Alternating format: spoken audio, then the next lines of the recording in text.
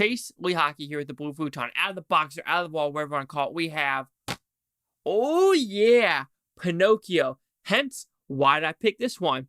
The new Pinocchio live action, Tom Hanks, Robert Zemeckis movie came out, so I gotta watch the classic from like 1940 something. This is the second animated movie right after Snow White and the Seven Dwarfs. Does Pinocchio hold up? Look at him, all happy. I'm a real boy. I'm a real boy.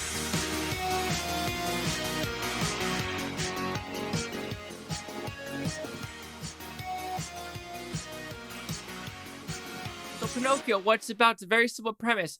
Actually, Pinocchio in 2022 isn't a simple premise. Okay, that's a lie. It really is. You have this one from the 40s. You have Guillermo del Toro's one coming out soon. And now you also have the Disney live action. But we're going to talk about the 1940s version. What's about? Pretty simple. We have an Italian woodmaker, if you want to put it that way, makes a puppet, Pinocchio, and now he comes back to life and he will become a real boy if his conscience and if he's just a good boy. Does he do the right things in life? Not lie, not steal. And if he can do that, he will become a real boy. So did I like this movie? This is a classic, guys. I don't remember the last time I actually seen Pinocchio through and through, but Jiminy Cricket, Pinocchio, what's the cat's name? The cat is fantastic in this movie. The animation of the cat is absolutely fantastic. So with this movie, I'll give the positives. The animation just still holds up. You miss this 2D animation. Even though this is 2D animation, they do some depth feels with this. And I'm watching special features on this because there's a lot of special features on this one of what Walt Disney wanted to do and how he decided to show the story. Because after Snow White, he wanted to make something dark and like sinister, because this was a time in Walt Disney where World War II was happening and he wanted to make this, but then the government came and said, we want you to make cartoons about planes and we'll pay you $80K for doing that. And so there's a lot of stuff about this of like going in debt to make this movie, and they're just kind of laughing like, oh, the bank wants their $500,000 left, and they just think it's funny because that's what they're worried about right now is just, money wasn't so important to them before making Snow White, but now money is raking in nonstop. But the animation works. The humor still works. Even though a lot of people are like, oh, the humor, you're going to get canceled. No, there is some funny humor in this that still holds up. The Jiminy Cricket and like accidentally touching like a doll's butt. It is freaking funny. And I think people are like, oh, that's so horrible. No, grow a pair and just enjoy what life brings. And Pinocchio is one of the ones with a fantastic message about not lying, being a good person. And there's a funny thing about actors in this movie, like, oh, actors don't need a conscience, which is pretty hysterical that Walt Disney tried to put this in the movie. And the animation works. Everything in this movie works. Story, elements. And apparently with this one, there is so much backstory of what Pleasant Land should be. And they wanted to call it something else like Booby Land, which I think if they called it Booby Land, I would just laugh so hard. That's Booby Land. But now it's Pleasant Land. Almost like Pleasantville, if you want to put it, the Tobey Maguire movie of like, oh, it's all going to be fine and dandy. And what the original plan was going to be was have Pleasant Land be like eating cookies and eating Jell-O and almost like a Willy Wonka type of thing, not of like cracking windows and being a bad boy and doing this bad boy element and turning the boys into donkeys.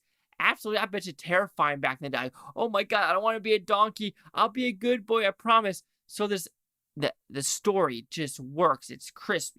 Even almost 80 years later, it still holds up. Animation still holds up. And unfortunately, with like now, it feels like the themes of like these Disney movies are losing its values of what it's supposed to be like. Yeah, there's some good Pixar ones, but when you look at some like Encanto, let's be honest, the theme of Encanto and the theme of Pinocchio, the Pinocchio theme is just so much stronger and crisper than like what they're doing nowadays. Like, what's the other one? Not Bruno.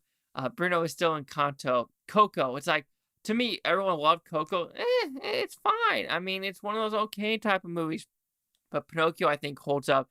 The animation, the voice acting, all the side characters, the fish and the cat, every single character in this movie holds up.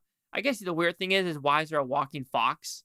Like, why is the fox the only one that's not kind of human in Italy? If you want to put it that way, I understand what they're trying to do, the sly fox, and, it kind of goes into, it hasn't been made yet, but Robin Hood. But overall, Pinocchio holds up. Animation, story, the graphics, the voice acting, the everything, the cinematography, how the story looks, at like we have the vastness of it, and it's just holds up. We need stuff like this. We need to cherish it because it's that good. So Pinocchio will receive a 5 out of 5 with Futons. So he goes at 100%. So see the critics' news scores gave this one. So Pinocchio was 1940 flat. So I was close, but that's what we're at. Audience score 73% with over 250,000. Critics a 100% with 60 of them. Here's the critic consensus. Ambitious, adventurous, and sometimes frightening. Pinocchio arguably represents the pinnacle of Disney's collected works. It's beautifully crafted and emotionally renaissance. So yeah, absolutely fantastic. We have a 100%. This is 1940s. They don't make movies like this. Wow, I'm actually saying that. And I hate when people say that. Like, Tropic Thunder, we can't make movies like that. But we don't. Are we scared to really do this stuff? Like, have good lessons and not really need to, like, put agendas in this movie? The lesson of this movie, be a good person. Don't lie. Enjoy life. Then you can actually be your real self. If you really are your true self. Be your true self. Don't lie.